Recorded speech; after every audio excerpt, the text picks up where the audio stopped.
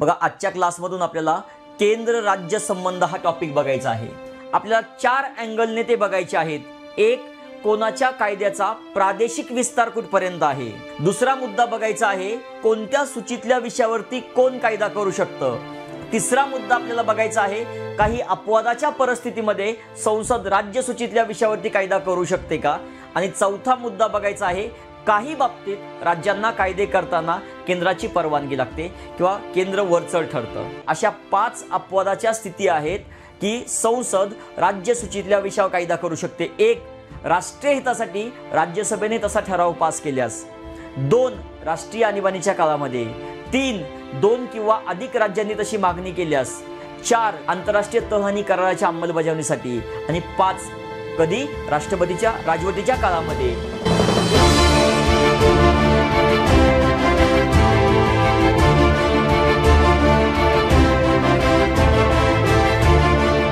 केंद्र राज्य संबंध हा टॉपिक बघायचा आहे आणि त्याच्यामध्ये पण जे कायदेविषयक संबंध आहेत आणि जे प्रशासकीय संबंध किंवा ज्याला आपण कार्यकारी संबंध म्हणतो तो टॉपिक आज बघणार आहोत। बघा तुम्हाला जर प्रश्न विचारला की केंद्र राज्य संबंध घटनेच्या कोणत्या कोणत्या भागामध्ये आहेत, तर केंद्र राज्य संबंध आपल्याला घटनेचा भाग 11, भाग 12 आणि भाग 13 मध्ये बघायला मिळतात। पण तुम्हाला जर प्रश्न विचारला मुख्यतः किंवा खऱ्या अर्थाने केंद्र राज्य संबंध आपल्याला कोणत्या भागामध्ये बघायला मिळतात, केंद्र राज्य संबंध मुख्यतः कोणत्या भागामध्ये बघायला मिळतात, तर केंद्र राज्य हे संबंध जे आहेत ते मुख्यतः आपल्याला घटनेच्या भाग 11 मध्ये कलम 245 ते कलम 263 याच्यामध्ये आपल्याला ते बघायला मिळतात। ठीक आहे, चला केंद्र राज्य संबंध तुम्हाला जर प्रश्न विचारला कोणत्या कोणत्या भागामध्ये, तर भाग 11, 12, 13 याच्यात बघायला मिळतात। पण तुम्हाला प्रश्न विचारला आहे की मुख्यतः कोणत्या भागामध्ये बघायला मिळतात किंवा विशेषतः कोणत्या भागामध्ये बघायला मिळतात, तो म्हणजे की घटनेचा भाग कोणता आहे, घटनेचा भाग 11 आणि त्याच्यामध्ये कलम 245 ते कलम 263 याच्यामध्ये आपल्याला केंद्र राज्य संबंध बघायला मिळतात। आता त्याच्यामधलं कलम 245 ते 255 याच्यामध्ये जे पहिलं प्रकरण आहे याच्यामधलं, त्याच्यामध्ये केंद्र राज्य कायदेविषयक संबंध आपल्याला बघायला मिळतात। येतं लक्षात, म्हणजे भाग 11 मधला पहिला जो चॅप्टर आहे त्याच्यामध्ये केंद्र राज्य कायदेविषयक संबंध बघायला मिळतात, ते जे की कलम 245 ते 255 याच्यामध्ये आहेत। बघा केंद्र राज्य कायदेविषयक संबंध बघताना आपल्याला 4 अँगलने ते बघायचे आहेत। एक, कोणाच्या कायद्याचा प्रादेशिक विस्तार कुठपर्यंत आहे, हा पहिला मुद्दा बघायचा आहे। दुसरा मुद्दा बघायचा आहे की बाबा कोणत्या सूचीतल्या विषयावरती कोण कायदा करू शकतं। तिसरा मुद्दा आपल्याला बघायचा आहे, काही अपवादाच्या परिस्थितीमध्ये संसद राज्य सूचीतल्या विषयावरती कायदा करू शकते का। आणि चौथा मुद्दा बघायचा आहे, काही बाबतीत राज्यांना कायदे करताना केंद्राची परवानगी लागते किंवा केंद्र वरचढ ठरतं। अशा 4 अँगलने आपल्याला केंद्र राज्य कायदेविषयक संबंध बघायचे आहेत। ठीक आहे, कोणता एक, केंद्र व राज्य यांच्या कायद्याचे प्रादेशिक अधिकार क्षेत्र म्हणजे त्यांचा प्रादेशिक विस्तार कुठपर्यंत असेल। विषयांची विभागणी तर बघायचीच आहे, पण कोणत्या सूचीतल्या विषयावरती कोण कायदा करू शकतं हे सुद्धा आपल्याला बघायचं आहे। राज्य सूचीतल्या विषयावरती कायदा करण्याचा संसदेचा अधिकार बघायचा आहे आणि राज्याच्या कायद्यावरील केंद्राचं नियंत्रण आपल्याला बघायचं आहे। ठीक आहे, आणि मग आपण सुरुवात करूयात केंद्र व राज्य यांच्या कायद्याचं प्रादेशिक अधिकार क्षेत्र। बघा मी तुम्हाला सांगेल की घटनेचं कलम 245 जे आहे, घटनेचं कलम 245, या घटनेच्या कलम 245 मध्ये काय सांगितलेलं आहे, काय की बाबा केंद्र सूचीतल्या विषयावरती कायदा करण्याचा अधिकार जो असतो तो कोणाला असतो, संसदेला असतो। हे पुढे बघणारच आहोत। पण एक बघायचं आहे, केंद्राने केलेला कायदा म्हणजे संसदेने केलेला कायदा, केंद्राने केलेला कायदा म्हणजे संसदेने केलेला कायदा, याचं प्रादेशिक अधिकार क्षेत्र संपूर्ण भारताच्या राज्यक्षेत्रामध्ये असतं। येतं लक्षात, घटक राज्यांनी केलेला कायदा किंवा राज्य विधिमंडळाने केलेला कायदा याचं प्रादेशिक अधिकार क्षेत्र संपूर्ण त्या राज्याच्या राज्यक्षेत्रामध्ये असतं। 1-2 बाबी क्लिअर झाल्या। आता आपण बघूयात। बघा मी तुम्हाला सरळ सरळ काय सांगितलं की आर्टिकल 245 मध्ये म्हणजेच कलम 245 मध्ये काय सांगितलेलं आहे की बाबा संसदेच्या कायद्याचं प्रादेशिक अधिकार क्षेत्र संपूर्ण भारताच्या राज्यक्षेत्रामध्ये आहे. मात्र याला काही अपवाद आहेत. काय अपवाद आहेत?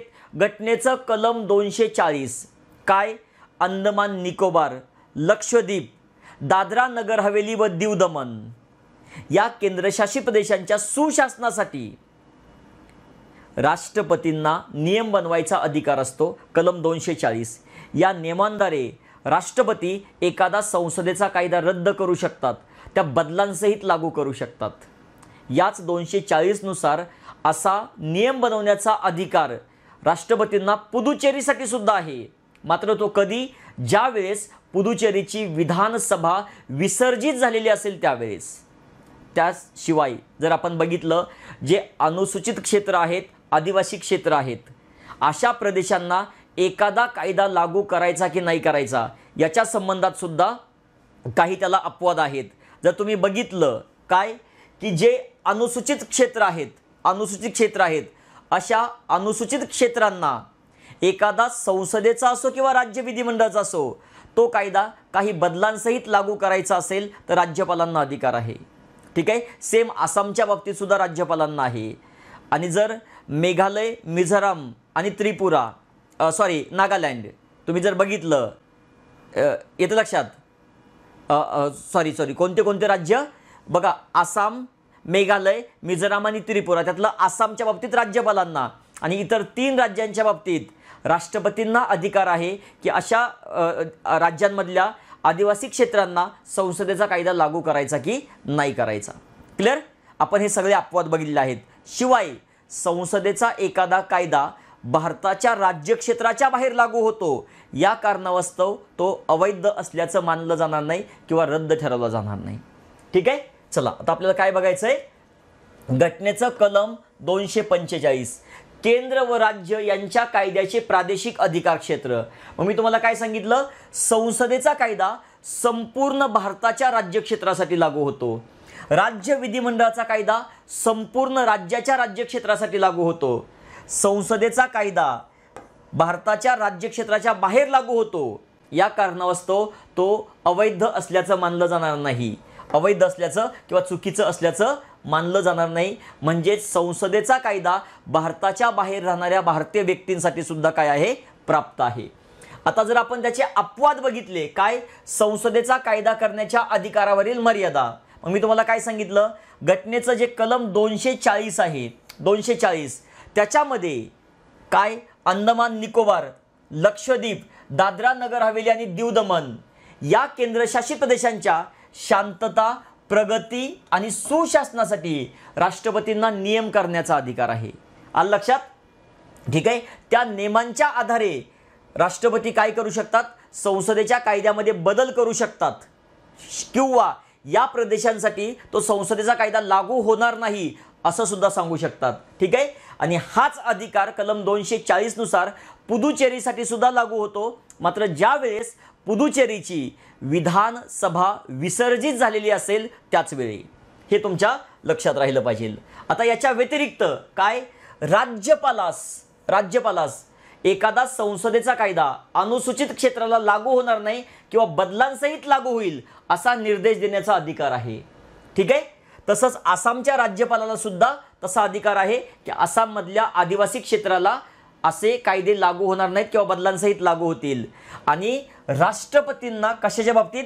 मेघालय, त्रिपुरा आणि मिझोरामच्या बाबतीत काही बदलांसहित लागू करण्याचा किंवा रद्द करण्याचा संसदेचा कायदा असा अधिकार प्राप्त आहे. हे आपण कलम 245 मधल्या संसदेचा कायदा संपूर्ण भारताच्या राज्यक्षेत्रासाठी लागू होतो असं म्हटलं होतं.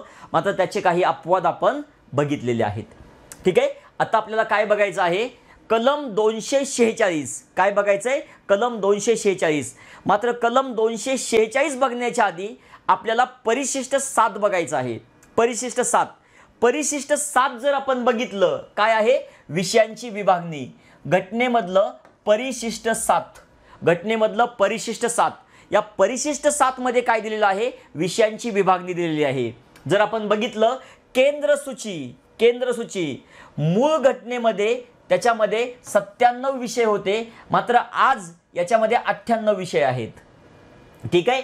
राज्य सूची मूळ घटनेमध्ये 66 विषय होते राज्यसूचीत, मात्र सध्या 59 विषय आहेत.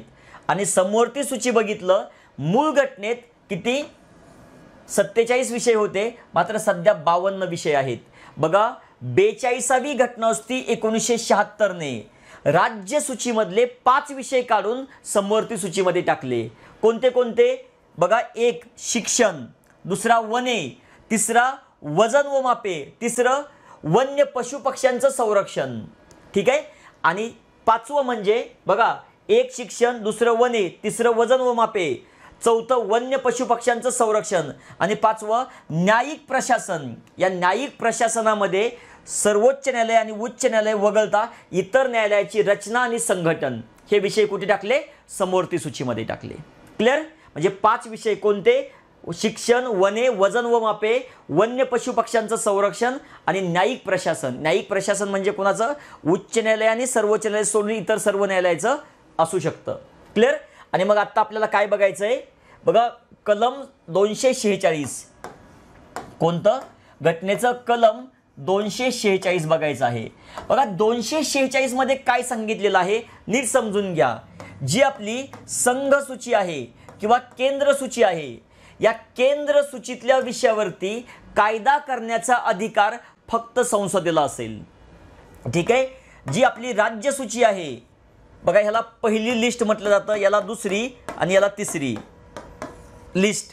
ठीक आहे. राज्य सूची जी आहे, राज्य सूचीतल्या विषयावरती कायदा करण्याचा अधिकार फक्त राज्य विधिमंडळांना आहे.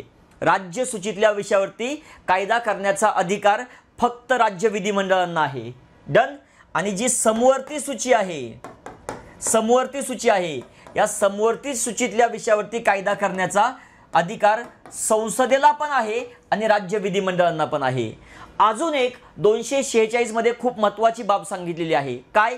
एखादा भूप्रदेश भारताच्या राज्य क्षेत्राचा भाग आहे, मात्र कोणत्याच घटक राज्याचा भाग नाही, कोणत्याच घटक राज्याचा भाग नाही, अशा प्रदेशासाठी तिन्ही सूचीतल्या विषयावरती कायदा करण्याचा अधिकार संसदेला असेल. म्हणजेच बघा, असा प्रदेश म्हणजे कोणता आहे रे? केंद्रशासित प्रदेश आहे. क्लिअर? डन. चला आता आपण बघूयात काय कलम 246 संसद आणि राज्य विधिमंडळ यांचा कायदा करण्याचा अधिकार. मग मी तुम्हाला काय सांगितलं? जी आपली केंद्र सूची आहे किंवा लिस्ट 1 आहे, कायदे करण्याचा अधिकार केवळ संसदेला आहे. ठीक आहे. राज्य सूची कायदा करण्याचा अधिकार केवळ राज्य विधिमंडळाला आहे. समवर्ती सूची कायदा करण्याचा अधिकार दोघांना पण आहे. मात्र एखादा भूप्रदेश जो की भारताच्या राज्य क्षेत्राचा भाग आहे, मात्र कोणत्याच घटक राज्याचा भाग नाही, अशा क्षेत्रासाठी तिन्ही सूचीतल्या विषयावरती कायदा करण्याचा अधिकार संसदेला प्राप्त होतो. मग तुम्ही जर बघितलं, म्हणजे केंद्रशासित प्रदेशांची विधिमंडळं अस्तित्वात असली तरी सुद्धा संसद तिन्ही सूचीतल्या विषयावरती कायदा त्यांच्यासाठी केव्हाही करू शकते. क्लिअर? आता आपल्याला काय बघायचं आहे? घटनेचं कलम 247 काय आहे? अतिरिक्त न्यायालयाची स्थापना. बघा, एखाद्या कायद्याची प्रभावीपणे अंमलबजावणी व्हावी याच्यासाठी संसदेला कायदा करून त्या कायद्यातच तरतूद करून अतिरिक्त न्यायालयाची स्थापना करण्याचा अधिकार संसदेला आहे. कलम 247. राज्य विधिमंडळांना असा अधिकार नाही. आणि मग बघायचं आहे शेषाधिकार. शेषाधिकार जर तुम्हाला विचारलं काय केंद्र सूचीतल्या विषयावर कायदा कोण करेल? संसद. राज्य सूचीतल्या विषयावर कायदा कोण करेल? राज्य विधिमंडळ. समवर्ती सूचीतल्या विषयावरती कायदा कोण करेल? दोघंही करतील. पण असा एखादा विषय आहे जो की कोणत्याच सूचीमध्ये समाविष्ट नाही किंवा नव्याने उद्भवलेला आहे. काय? शेषाधिकार म्हणजे कोणत्याच सूचीमध्ये उल्लेख नसणारा विषय. ठीक आहे. भारतामध्ये जर बघितलं, शेषाधिकार राज्यांकडे आहेत का केंद्राकडे आहेत? तर भारतामध्ये शेषाधिकार केंद्राकडे आहेत. केंद्रामध्ये कोणाकडे आहेत? तर केंद्राकडे संसदेकडे आहेत, राष्ट्रपतीकडे नाही. केंद्रात संसदेकडे आहेत. जर तुम्ही बघितलं, भारतीय राज्यघटनेमधली विषयांची विभागणी 1935च्या कायद्यावर आधारित आहे. 1935च्या कायद्यामध्ये सुद्धा केंद्रसूची, राज्यसूची, समवर्ती सूची होत्या, मात्र त्या काळामध्ये शेषाधिकार गव्हर्नर जनरलकडे देण्यात आले होते, कायदे मंडळाकडे नाही, किंवा आपण त्याला व्हाईस रायकडे देण्यात आले होते असं सुद्धा म्हणू शकतो. येतं लक्षात? 1935च्या कायद्याने केंद्राकडे होते का राज्याकडे? केंद्राकडे. मात्र केंद्रात कोणाकडे, व्हाईसरायकडे किंवा गव्हर्नर जनरलकडे होते, ही बाब लक्षात घ्या, कायदे मंडळाकडे नव्हते. म्हणजे आपल्याला फरक जाणवला, सध्या कायदे मंडळाकडे आहेत, मात्र त्यावेळी कोणाकडे होते, व्हाईसरायकडे होते, हे तुमच्या लक्षात आलं पाहिजे. आता इतर देशामधले शेषाधिकार बघा, एक बाब लक्षात घ्या, अमेरिका आणि ऑस्ट्रेलिया, काय, अमेरिका आणि ऑस्ट्रेलिया यांच्या राज्यघटनेत फक्त आणि फक्त केंद्रसूची आहे, उरलेले सगळे विषय राज्यसूचित आहेत. म्हणजेच अमेरिका आणि ऑस्ट्रेलियामध्ये काय आहे, शेषाधिकार राज्यांकडे आहेत. पण तुम्ही जर कॅनडामध्ये पाहिलं, केंद्रसूची आणि राज्यसूची आहे, ठीक आहे, आणि शेषाधिकार केंद्राकडे दिलेले आहेत. क्लिअर. आणि ब्रिटनच्या बाबतीत बघितलं तर अशी विषयांची विभागणीच केलेली नाही, सगळे अधिकार केंद्राकडे आहेत. क्लिअर. म्हणजे अमेरिका आणि ऑस्ट्रेलियामध्ये फक्त केंद्रसूची आहे आणि उरलेले सगळे अधिकार कोणाकडे आहेत, राज्यांकडे आहेत. म्हणजे शेषाधिकार सुद्धा राज्यांकडे येतात. ठीक आहे. आता तुम्हाला जर विचारलं काय की सामान्य परिस्थितीमध्ये संसद राज्यसूचीतल्या विषयावरती कायदा करू शकते का, कलम 246, उत्तर आहे नाही, उत्तर आहे नाही. मात्र काही अपवादाच्या परिस्थितीमध्ये संसद राज्यसूचीतल्या विषयावरती कायदा करू शकते का, त्याचं उत्तर आहे यस. अपवादाच्या परिस्थितीमध्ये संसद राज्यसूचीतल्या विषयावरती कायदा करू शकते. डन. आणि मग अशा अपवादाच्या 5 स्थिती आहेत. एक, राष्ट्रीय हितासाठी राज्यसभेने ठराव पास केल्यानंतर संसद राज्यसूचीतल्या विषयावरती कायदा करू शकते. दुसरं, राष्ट्रीय आणीबाणीच्या काळात. तिसरं, जेव्हा 2 किंवा अधिक राज्य तशी विनंती करतात. चौथं, आंतरराष्ट्रीय तह आणि कराराच्या अंमलबजावणीसाठी. आणि 5वं, राष्ट्रपती राजवटीच्या काळामध्ये. म्हणजे अशा 5 अपवादाच्या स्थिती आहेत की संसद राज्यसूचीतल्या विषयावर कायदा करू शकते. 1, राष्ट्रीय हितासाठी राज्यसभेने तसा ठराव पास केल्यास. 2, राष्ट्रीय आणीबाणीच्या काळामध्ये. 3, 2 किंवा अधिक राज्यांनी तशी मागणी केल्यास.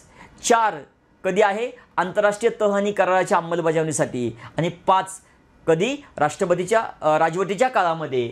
बघा याचं कलम आहे कलम 249, याचा आहे कलम 250, याचा आहे कलम 252, याचा आहे कलम 253 आणि याचा आहे कलम 356. हे सुद्धा तुमच्या लक्षात असलं पाहिजे. क्लिअर. आता आपण बघूयात काय, कलम 249, राष्ट्रीय हितासाठी राज्यसभेने ठराव पास केल्यास संसद राज्यसूचीतल्या विषयावरती काय करू शकते, कायदा करू शकते. बघा, राज्यसभेची जर अशी खात्री पटली की राज्यसूचीतल्या विषयावरती एखाद्या विषयावर कायदा संसदेने करणं गरजेचं आहे, कारण देश हितासाठी ते महत्त्वाचं आहे. मात्र राज्यसभेने असा ठराव राज्यसभेच्या उपस्थित आणि मतदानात भाग घेणाऱ्या सदस्यांच्या 2/3 बहुमताने पास केला पाहिजे. असा ठराव एकदा पास केला की एका वर्षासाठी त्याची व्हॅलिडिटी असते. ही व्हॅलिडिटी एका वर्षासाठी अशी कितीही वाढवता येते, प्रेझेंट अँड वोटिंगच्या 2/3 बहुमताने, म्हणजे उपस्थित आणि मतदानात भाग घेणाऱ्या सदस्यांच्या 2/3 बहुमताने. क्लिअर. आता बघा, एकदा का असा ठराव पास झाला, ठराव पास झाल्याच्या नंतर संसद केव्हाही त्या ठरावाचा अंमल जोपर्यंत आहे तोपर्यंत असा राज्यसूचीतल्या विषयावरती कायदा करू शकते. असा केलेला कायदा जोपर्यंत ठरावाचा अंमल संपत नाही आणि ठरावाचा अंमल संपल्याच्या नंतर 6 महिन्याच्या आत असा कायदा संपुष्टात येतो. बघा, एक बाब समजून घ्या, इथे कुठेही राज्यांचा कायदा करण्याचा अधिकार काढून घेतलेला नाही. आपण जर उदाहरण घेतलं, काय, एका वाटीमध्ये राज्य आईस्क्रीम खातंय, फक्त केंद्राला त्याच्यामध्ये एक चमचा टाकून खाण्याचा अधिकार मिळालेला आहे. समजा दोघांनी पण चमचा टाकलाय, म्हणजे काय केलंय, आता संसदेला पण कायदा करण्याचा अधिकार मिळाला आहे. तर अशा वेळेस दोघांनी कायदा केला त्या सेम विषयावर, तर कोणाचा कायदा वरचढ, तर घटनेच्या कलम 251 मध्ये सांगितलेलं आहे अशा वेळेस संसदेचा कायदा वरचढ. क्लिअर. चला हे बाबी डिटेल्समध्ये बघूयात. बघा, राष्ट्रीय हितासाठी राज्यसभेने ठराव पास केल्यास काय, जर राज्यसभेने उपस्थित व मतदानात भाग घेणाऱ्या सदस्यांच्या 2/3 बहुमताने ठराव पास केला की राष्ट्रहितासाठी राज्यसूचीतील एखाद्या विषयावर कायदा करणे आवश्यक आहे, तर संसद तात्पुरत्या काळासाठी राज्यसूचीतल्या एखाद्या विषयावर कायदा करू शकते. येते लक्षात. असा ठराव 1 वर्षासाठी अंमलात असतो, मात्र एका वेळी 1 वर्ष असा तो कितीही वेळा वाढवता येतो. ठीक आहे. ठरावाचा अंमल संपल्यापासून 6 महिन्यांपर्यंत अशा कायद्याचा अंमल असतो. म्हणजे ठरावाचा अंमल संपल्याच्या नंतर 6 महिन्यात तो कायदा काय होतो, संपुष्टात येतो. अशा विषयावर राज्यही कायदा करू शकतं, मात्र दोन्ही कायद्यामध्ये विसंगती निर्माण झाल्यास केंद्राचा कायदा वरचढ ठरतो. कलम 251. आय होप की सगळ्यांना क्लिअर झालं असेल.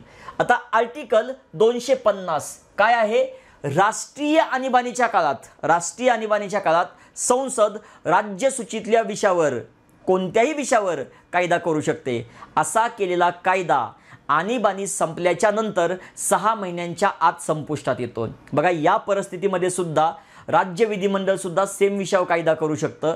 दोघांमध्ये विसंगती निर्माण झाली तर संसदेचा कायदा वरचढ असं 251 मध्ये सांगितलेलं आहे. क्लिअर झाले सर्वांना? डन. आता जर बघितलं आपण काय घटनेचं कलम 251 तेच आता सांगितलंय दोघांना पण काय 249 आणि 250 यांचा वापर करत असताना संसद आणि राज्य विधिमंडळ दोघंही कायदा करू शकतात. दोघांच्या कायद्यामध्ये विसंगती निर्माण झाल्यास संसदेचा कायदा वरचढ ही बाब आपल्या लक्षात आली पाहिजे. क्लिअर? आता जर बघितलं आर्टिकल 252 जेव्हा 2 किंवा अधिक राज्य एकटं राज्य आपल्या राज्यसूचीतल्या विषयावरती कायदा संसदेला करायची विनंती करू शकत नाही. किमान किती लागतात? 2 राज्य. किमान 2 राज्य. किती लागतात?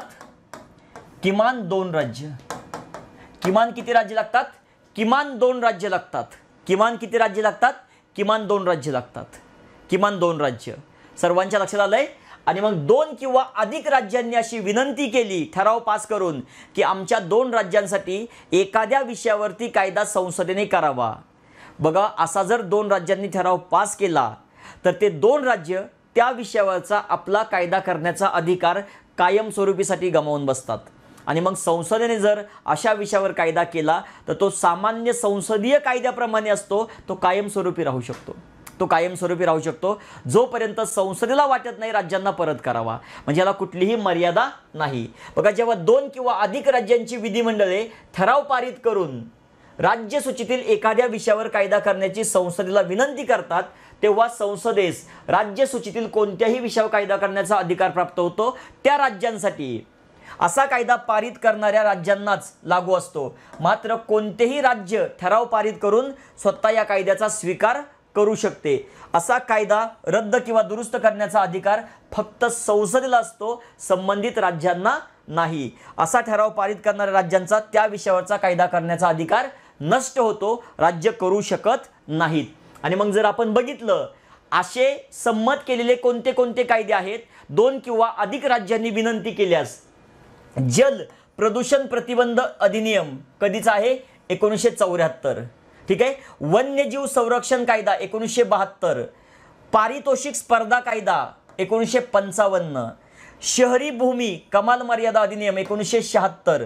ठीक आहे. मानवी अंग रोपण जो कायदा आहे 1994. एवढे काय केलेले आहेत त्यांनी पास केलेले आहेत. हे कायदे तुम्हाला पाठ करायचे आहेत. जल प्रदूषण प्रतिबंध अधिनियम 1974, वन्यजीव संरक्षण कायदा 1972, पारितोषिक स्पर्धा कायदा 1955, शहरी भूमी कमाल मर्यादा अधिनियम 1976 आणि मानवी अंगरोपण कायदा 1994. हे कायदे तुम्ही पाठ करायचे आहेत. हे कलम 252च्या अंमलबजावणीसाठी केलेले कायदे आहेत. आता कलम 253 काय आहे? आंतरराष्ट्रीय तह आणि कराराच्या अंमलबजावणीसाठी. आंतरराष्ट्रीय तह आणि कराराच्या अंमलबजावणीसाठी संसद राज्यसूचीतल्या विषयावरती कायदा करू शकते. अशा वेळेस संसदेला राज्यांच्या परवानगीची गरज नसते. ही बाब तुम्ही लक्षात घ्या. ठीक आहे. आणि या तरतुदींमुळे केंद्र सरकार आपल्या आंतरराष्ट्रीय जबाबदाऱ्या पार पडू शकते. क्लिअर? चला, अशा पद्धतीने केलेले कायदे कोणते आहेत? संयुक्त राष्ट्रे विशेष अधिकार व संरक्षण कायदा 1947, जिनेवा कन्व्हेन्शन ॲक्ट 1960 आणि अँटी हायजॅकिंग कायदा 1982 असे कायदे केलेले आहेत. हे कायदे सुद्धा तुम्हाला लक्षात ठेवायचे आहेत. आता जर आपण बघितलं घटनेचं कलम 356 काय? राष्ट्रपती राजवटीच्या काळामध्ये समजा एखाद्या राज्यामध्ये राष्ट्रपती राजवट सुरू आहे, अशा वेळेस संसद त्या राज्यासाठी राज्यसूचीतल्या कोणत्याही विषयावर कायदा करू शकते. असा केलेला कायदा राज्याच्या सामान्य कायद्याप्रमाणे असतो. ज्यावेळेस राष्ट्रपती राजवट संपेल आणि पुन्हा राज्याचं सरकार आणि राज्य विधिमंडळ येईल, त्यांना वाटलं बदलेल, नाही वाटलं तसाच ठेवू शकतं. म्हणजे राज्य केव्हाही त्याच्यामध्ये काय करू शकतं, बदल करू शकतं.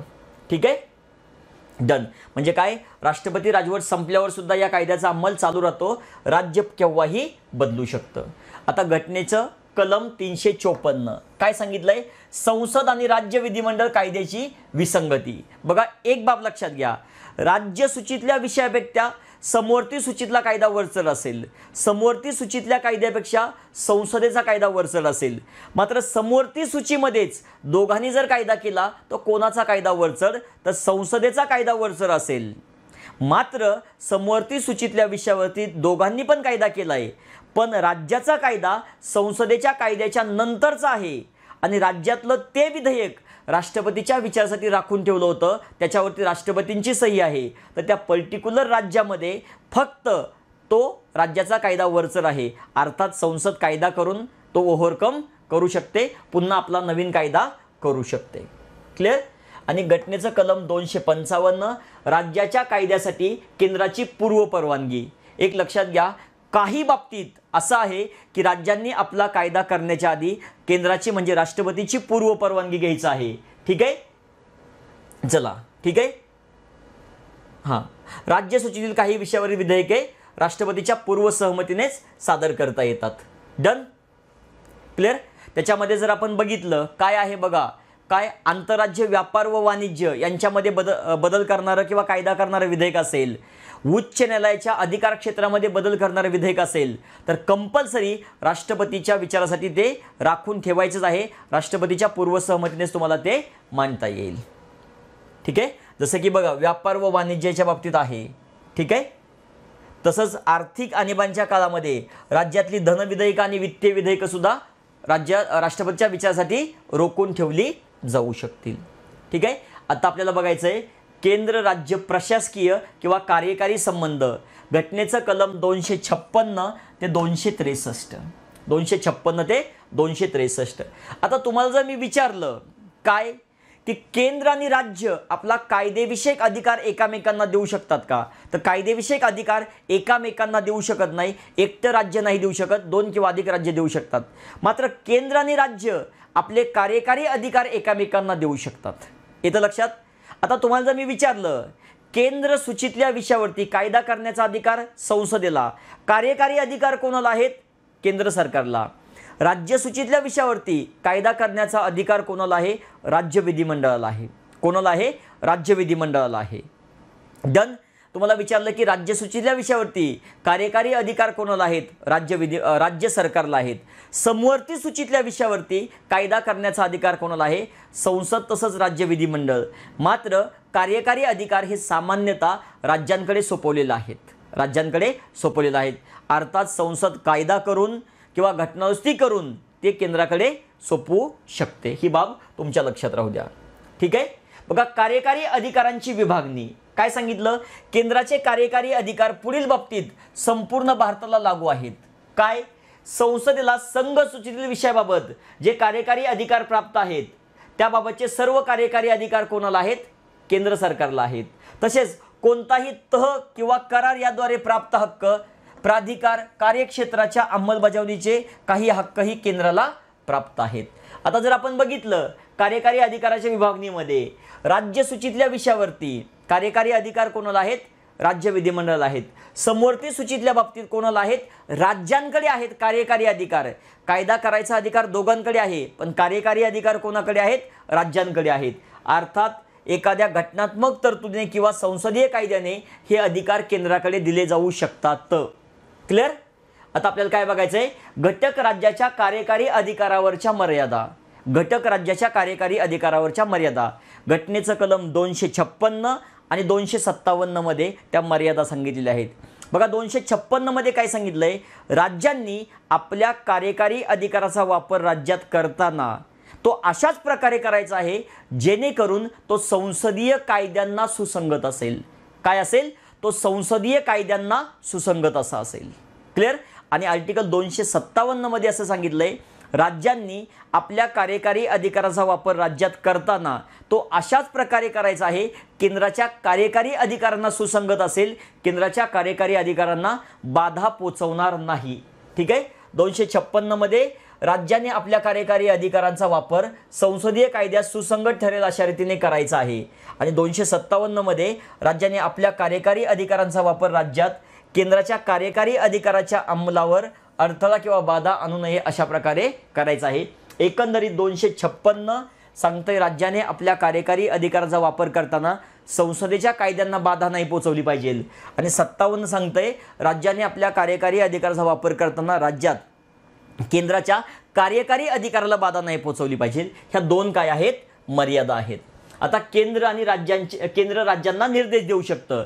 जर घटनेचं कलम 365 बघितलं तर केंद्र राज्यांना काही बाबतीत निर्देश देऊ शकतं. आणि जर ते निर्देश नाही पाळले तर राज्यामध्ये घटनात्मक किंवा आपली राष्ट्रपती राजवट सुद्धा लावली जाऊ शकते. आता काही गोष्टी अशा आहेत बघा, काय राष्ट्रीय किंवा लष्करी महत्त्वाच्या घोषित असलेल्या दळणवळणाच्या साधनांची बांधणी व त्यांचा राखरखाव ठेवण्याबाबत राज्यांना निर्देश, राज्यात रेल्वेच्या संरक्षणासाठी घेवायच्या उपाययोजना किंवा जे निर्देश आहेत ते, राज्यातील भाषिक अल्पसंख्याक गटातील मुलांना त्यांच्या मातृभाषेतून शिक्षणाच्या सोयी उपलब्ध करून देणे, राज्यात अनुसूचित जमातींच्या कल्याणासाठी विशेष योजना आखणे, अशा प्रकारच्या सूचना केंद्र राज्यांना देऊ शकतं. हे खूप महत्त्वाचं आहे. ठीक आहे. चला, आता कार्यकारी अधिकार परस्परांना देणे, कायदेविषयक अधिकार परस्परांना देऊ शकतात का? नाही देऊ शकत. मात्र जे कार्यकारी अधिकार आहेत ते परस्परांना देऊ शकतात. बघा आर्टिकल 258 मध्ये काय सांगितलं आहे, राष्ट्रपती, कोण? राष्ट्रपती केंद्राचे कोणतेही कार्यकारी अधिकार राज्यांकडे त्यांच्या संमतीने, बघा एक लक्षात घ्या, राष्ट्रपती केंद्राचे कोणतेही कार्यकारी अधिकार राज्य शासनाकडे त्यांच्या संमतीने सशर्त किंवा विनाशर्त सोपवू शकतात. सेम प्रोव्हिजन घटनेमध्ये टाकली 258A. कधी टाकली? 7वी घटनावस्ती 1956. राज्याचे राज्यपाल सुद्धा राज्याचे कार्यकारी अधिकार केंद्र सरकारच्या संमतीने सशर्त किंवा विनाशर्त त्यांच्याकडे सोपवू शकतात. म्हणजे मूळ घटनेमध्ये ही तरतूद त्यांच्याकडे नव्हती. कधी टाकली? 7वी घटनावस्ती 1956. मात्र 258 मध्येच अजून एक तरतूद आहे, संसद कायद्याद्वारे राज्यांच्या संमतीविना राज्यावर केंद्राचे कार्यकारी अधिकार लादू शकते. म्हणजे एक बाब समजून घ्या, 258 राष्ट्रपती केंद्राचे कार्यकारी अधिकार राज्याकडे सोपवू शकतात सशर्त किंवा विनाशर्त, मात्र राज्याच्या संमतीने. सेम 258A राज्यपाल सुद्धा असं करू शकतात. काय? की राज्याचे कार्यकारी अधिकार केंद्राच्या संमतीने सशर्त किंवा विनाशर्त केंद्राकडे सोपवू शकतात. मात्र संसद कायदा करून आपले कार्यकारी अधिकार राज्यांवरती लादू शकते, म्हणजे विना परवानगी सुद्धा त्यांच्यावरती टाकू शकते. क्लिअर. चला, आता केंद्र व राज्य यांच्यामध्ये परस्पर सहकार्य. बघा आर्टिकल 261 इथं लक्षात, केंद्र आणि राज्य यांच्यामध्ये सहकार्य. जर तुम्ही बघितलं, ग्रॅनविल ऑस्टिन यांनी असं भारताचं वर्णन केलं, कोऑपरेटिव्ह फेडरलिझम सहकारी संघराज्य असं वर्णन केलं होतं. काय म्हटले 261 मध्ये? केंद्र व प्रत्येक राज्याच्या सार्वजनिक कृती, अभिलेख, न्यायिक कार्यवाही यांना भारताच्या राज्यक्षेत्रात पूर्ण विश्वासार्हता आणि महत्त्व दिलं जाईल. म्हणजे भारतामध्ये वेगवेगळ्या राज्यातील वेगवेगळे रेकॉर्ड्स आहेत. ठीक आहे. न्यायिक कार्यवाही आहे, अभिलेख आहेत, रेकॉर्ड्स आहेत, सार्वजनिक कृती आहेत, यांना संपूर्ण भारताच्या राज्यक्षेत्रामध्ये महत्त्व आणि मान्यता प्राप्त असेल. याचा मुख्य हेतू काय आहे? देशामध्ये इंटिग्रिटी, एकात्मता वाढीस लागावी. ठीक आहे. आर्टिकल 262 संसदेला कायद्याद्वारे राज्यांमध्ये जे जलविवाद आहेत, पाण्याच्या वाटपावरून किंवा नदी खोऱ्याच्या पाण्याच्या वापरावरून, ते वाद मिटवण्याची जबाबदारी संसदेवरती टाकलेली आहे. येतं लक्षात. आणि आर्टिकल 263 मध्ये काय सांगितलेलं आहे? राष्ट्रपती केंद्र व राज्यांमधील सामायिक हिताच्या विषयाचे अन्वेषण, म्हणजे त्याचा तपास करण्यासाठी किंवा चर्चा करण्यासाठी एक आंतरराज्यीय परिषद काय करतील? स्थापन करू शकतील. Interstate council. 263 म्हणजे एक घटनात्मक संस्था आहे. अशा प्रकारे आपण आज केंद्र राज्य कार्यकारी संबंध आणि कायदेविषयक संबंध हे पूर्णपणे बघितलेले आहेत। त्याच्यामध्ये आर्टिकल 245 ते 255 याच्यामध्ये आपल्याला केंद्र राज्य कायदेविषयक संबंध बघायला मिळाले आणि आर्टिकल 256 ते 263 याच्यामध्ये आपल्याला काय बघायला मिळालं, केंद्र राज्य प्रशासकीय किंवा कार्यकारी संबंध। तसंच आपल्याला आर्टिकल 261, 262 आणि 263 याच्यामध्ये काय बघायला मिळालं आपल्याला, राज्यामधलं सहकार्य। तसंच घटनेमधलं अजून एक आर्टिकल आहे आर्टिकल 260, संसद कायदा करून काय करू शकते, संसद कायदा करून भारताच्या राज्यक्षेत्राबाहेरील एखाद्या प्रदेशासाठी सुद्धा आपले कार्यकारी अधिकार वापरू शकते। आणि आर्टिकल 259 बघितलं तर ते घटनेमधून रद्द करण्यात आलेलं आहे। अशा प्रकारे आपले कायदेविषयक संबंध आणि जे कार्यकारी संबंध आहेत हे दोन महत्त्वाचे केंद्र राज्य संबंध संपलेले आहेत। याच्यावरती बऱ्याच वेळा आयोगाने प्रश्न विचारलेला आहे, त्याच्यामुळे त्याचा अभ्यास तुम्हाला व्यवस्थितरित्या करायचा आहे।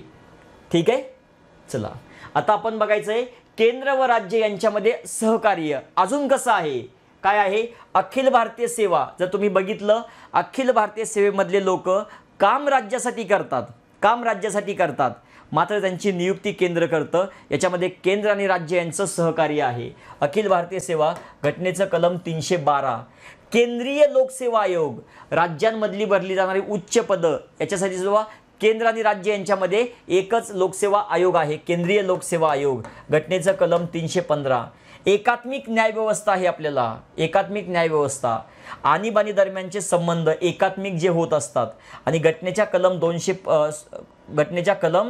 355 मधल्या तरतुदी, घटनेच्या कलम 355 मधल्या तरतुदी काय, दोन गोष्टी आहेत। एक, राज्यांचं बाह्य आक्रमणापासून संरक्षण करणं ही केंद्राची जबाबदारी आहे आणि राज्य घटनेप्रमाणे चालतं की नाही चालत हे बघणं सुद्धा केंद्राची जबाबदारी आहे। नसेल चालत तर राज्यामध्ये घटनात्मक आणीबाणी लावण्याचा अधिकार किंवा राष्ट्रपती राजवट लावण्याचा अधिकार केंद्राला म्हणजेच राष्ट्रपतींना दिलेला आहे। ठीक आहे, अशा प्रकारे आपले केंद्र राज्य संबंध पूर्णपणे संपलेले आहेत। राज्यांमधलं सहकार्य कसं आहे हे सुद्धा आपण बघितलेलं आहे। थँक्यू।